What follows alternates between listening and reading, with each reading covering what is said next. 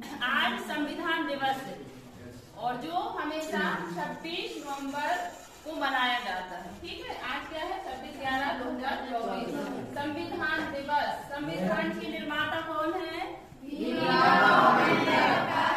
Doctor Bhimrao Ambedkar ji. संविधान का जनक किसे कहा जाता है?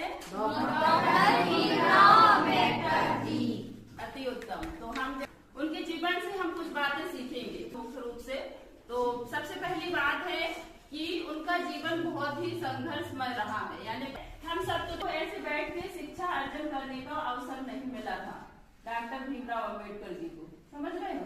उनको बाहर बिठाया जाता था सब बच्चों से अलग। क्यों बिठाया जाता था उनको अलग? जाति, उनकी जाति के कारण उनको कोई छूता नहीं था, मतलब कि वो छोटी जाति के हैं करके। तो वो जाति का छुआछूत मानने के कारण उन्हें साथ में बिठाकर विद्या अर्जन करने को नहीं मिलता। तो कितनी बड़ी समस्या थी, चुनौती उनके सामने थी कि नहीं, एक छोटे से बच्चे को बाहर बैठकर अलग अध्ययन करने के लिए कहा जाता था, वो अलग बैठकर ही पढ़ते थे। तो सबसे पहली चुनौती उन्हें यह, उनको पानी, नल में पानी नहीं पीने दिया जाता था, कुएं में पानी नहीं पीने दिया जाता था, उनसे कोई किसी भी प्रकार से मतलब सब दूरियां बना के रहते थे। तो जो डॉक्टर भीमराव अम्बेडकर जी थे वो अपनी चुनौतियों से, अपनी समस्याओं से विचलित नहीं हुए। हालांकि उनको कितना संघर्ष करना पड़ा, कितनी मुसीबतों का सामना करना पड़ा, कितनी सारी समस्याओं से लड़ना पड़ा, लेकिन वो हारे नहीं। उन्होंने अपना सब कुछ दांव पर लगाकर और एक अपने भारत देश को संविधान दिया है ना, अपने भारत को संविधान, जिससे पूरी संस्थाएं, पूरा देश चल रहा है। तो ये सबसे बड़ी उपलब्धि है उनकी। संविधान जनता का अधिकार, ठीक है, सबको समान अधिकार दिया गया कि सभी को जीने का अधिकार है, सभी को पढ़ने का अधिकार है, सभी को योग्यता को निखारने का अधिकार है, स्वतंत्र रहने का अधिकार। अपने जो मूल है सत्य, प्रेम, अहिंसा, सुंदरता, पवित्रता, स्वतंत्रता, समानता, ये अपनी मूल है। इनको लेकर हमें चलना है अपने जीवन में।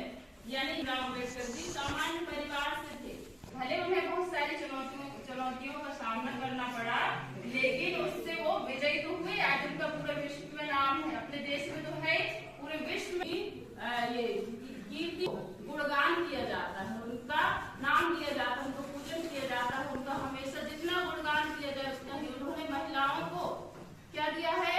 शिक्षा का अधिकार। किसने? डॉक्टर भीमराव अम्बेडकर जी। हम आज जो सर उठा के जी रहे हैं ना, समानता का जो अधिकार है, पहले हमें पर्दा प्रथा में रखा जाता था, पर्दा में बिल्कुल महिलाओं को शिक्षा प्राप्त करने का कोई अधिकार नहीं था। आज हम कदम से कदम मिला के चल रहे हैं। किनकी जय है? डॉक्टर भीमराव अम्बेडकर जी। उनके कारण ही उन्होंने हमारे लिए लड़ा है। उन्होंने हम निम्न वर्ग के लोगों के लिए दिन रात एक करके, बहुत मेहनत करके, और आज हमें सर उठा के जीने का अधिकार दिया है, सबको अच्छे से जीने का अधिकार दिया है। तो कौन है वो? डॉक्टर भीमराव अम्बेडकर। तो हम सब भी मतलब उनके जो अच्छा है उसको ग्रहण करें, है, जो चीज हमारे लिए अच्छी है, उपयोगी है, उसे ग्रहण करें, जो नहीं है उसे छोड़ सकते हैं। डॉक्टर भीमराव अम्बेडकर जी ने बोला था कि जीवन लंबा होने की बजाय महान होना चाहिए। जीवन लंबा होने की बजाय महान होना चाहिए। जैसे कि आज हम संविधान दिवस को मना रहे हैं और लोग इसे सब अच्छे गुणगान कर रहे हैं, इसकी याद कर रहे हैं कि वाह, ऐसे महापुरुष हुए हमारे देश में जिन्होंने हमारे लिए इतना कुछ किया। ठीक है, तो जीवन लंबा होने की बजाय महान होना चाहिए, ऐसा हम सब प्रयत्न कर सकते हैं, है ना। और सबसे बड़ा विजेता वही है जो खुद को जानता है। जीवन में यदि आपको कुछ अच्छा करना है, कुछ बड़ा करना है, तो सबसे पहले शुरुआत किससे करनी होगी? खुद से। खुद को जो जान लेता है, समझ लेता है, समझ लो पूरी दुनिया को जान सकता है। अपने खुद ही को नहीं जाना, खुद ही को नहीं समझा, तो फिर हम दुनिया को कैसे समझ सकते हैं? सबसे पहली बात तो यही से शुरुआत होती है। कोई भी बदलाव हमसे शुरू होगा और हम ही सब कुछ कर सकते हैं, समझ रहे? हम है तो सब कुछ, और हम नहीं रहेंगे तो कुछ भी नहीं है। सही बात है कि नहीं? तो इसलिए हमें खुद पर काम करना है। जो डॉक्टर भीमराव अम्बेडकर जी नीले कलर का सूट पहनते थे। क्यों पहनते थे? सूट इसलिए पहनते थे, नीला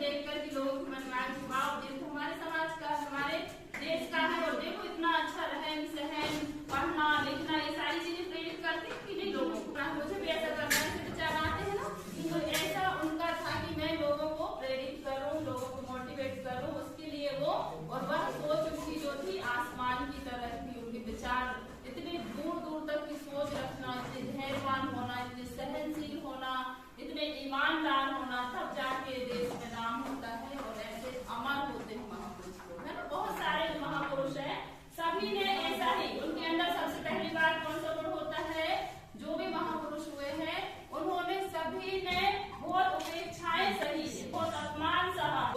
अगर कर्म महान है, कर्म श्रेष्ठ है, तो उसे हर व्यक्ति पूजेगा। और आज हम देख ही रहे उदाहरण, जिन्हें पानी पीने का अधिकार नहीं था, वो संविधान निर्मित करके संविधान के जनक कहलाए, और उन्हें कोई जाति से बड़ा होता, ना धर्म से बड़ा होता, ना ही कोई धन दौलत से, बल्कि वो कर्मों के कारण बड़ा होता है, और कर्मों के कारण ही पूजा जाता है। तो इस चीज को आप विशेष ध्यान रखें। हमारे कर्म श्रेष्ठ हैं तो हम श्रेष्ठ हैं, कर्म गलत है तो हम भी कभी ऊपर नहीं उठ पाएंगे, ठीक है। कर्मों के कारण ही इंसान महान बनता है, श्रेष्ठ बनता है, इस चीज को आप हमेशा ध्यान रखेंगे। तो सभी महापुरुष जो थे उनके पास पहला गुण कौन सा था, धैर्य, धैर्य रखना जीवन में, कितना महान गुण है। दूसरा सहनशीलता, तीसरा ईमानदारी, और चौथा हर परिस्थिति का डटकर सामना करना, विचलित नहीं होना। ये गुण जो थे हर एक महापुरुष में थे, जो डॉक्टर भीमराव अम्बेडकर जी के जीवन में भी इन गुणों ने ही उन्हें ऊपर उठाया, उन्हें चमकाया, और आज में चमक रहे हैं। तो ऐसे महापुरुषों को हम कोटि कोटि नमन करते हैं, और वैसी शक्ति सब में आए, हम सबको भगवान ऐसी शक्ति दे ताकि हम भी कुछ ऐसा कर जाएं, क्योंकि हमारे जैसे थे इन लोग जो मुझे जा रहे हैं अपने कर्मों के कारण। उन्होंने देश के लिए, समाज के लिए, परिवार के लिए, हम सभी को त्याग करना पड़ता है, बहुत सारी चीजों को छोड़ना पड़ता है, बहुत सारी चीजों को त्याग कर ही हम कुछ पा सकते हैं। कहते हैं ना कि अगर कुछ पाना है तो कुछ खोना भी पड़ेगा, तो बहुत कुछ पाने के लिए बहुत कुछ खोना पड़ता है। हम सब चीजों को लेकर चलते रहें तो हमें कुछ खास नहीं मिलेगा, समझ रहे हो। ये जो संविधान निर्माता है डॉक्टर भीमराव अम्बेडकर जी के जीवन से हम बहुत कुछ सीख सकते हैं कि वो धैर्यवान थे, बहुत ही महान थे, और उन्होंने जो कहा था कि जीवन लंबा होने की बजाय महान होना चाहिए, ये सब हमारे जीवन में उतारे हम, ठीक है। कोई भी महापुरुष के हम गुणों को, कर्मों को पहचाने, उनके संघर्षों को जाने, और वैसे हम भी अपने जीवन को बनाएं, तभी हमें भी कोई उपलब्धि मिल सकती है और हमारा जीवन भी चमक सकता है। ये कब तक काम करेगी, जब तक ये एक साथ बंधी हुई है, बंधी है ना, यानी ये झाड़ू जो है झाड़ने का काम कब करेगी, सफाई काम कब, जब एक साथ बंधी हुई है। और इसको अगर ऐसे अलग अलग दिन का बिखरा दिया जाएगा, अलग अलग कर दिया जाएगा, तो ये क्या हो जाएगी, खुद ही कचरा बन जाएगी, हो जाएगी ना, ये खुद कचरा बन जाएगी, अलग अलग हो जाएगी, ये किसी काम की नहीं रहेगी, जब खुद ही कचरा हो जाएगी। ऐसे ही हम सभी भी एकता से ही सारे काम, इस विद्यालय का जो भी काम है, इस विद्या मंदिर में, इस कक्षा में, हम सब मिलजुल कर, सब एक दूसरे का साथ देकर, एक दूसरे का सहयोग करके ही हम कुछ अच्छा कर सकते हैं, है ना? एक दूसरे को आगे बढ़ा सकते हैं, एक दूसरे को ऊपर उठा सकते हैं। तो ऐसा हम करें, सभी में सभी महापुरुष के गुण आए, यही मैं दुआ करती हूँ। बहुत बहुत धन्यवाद।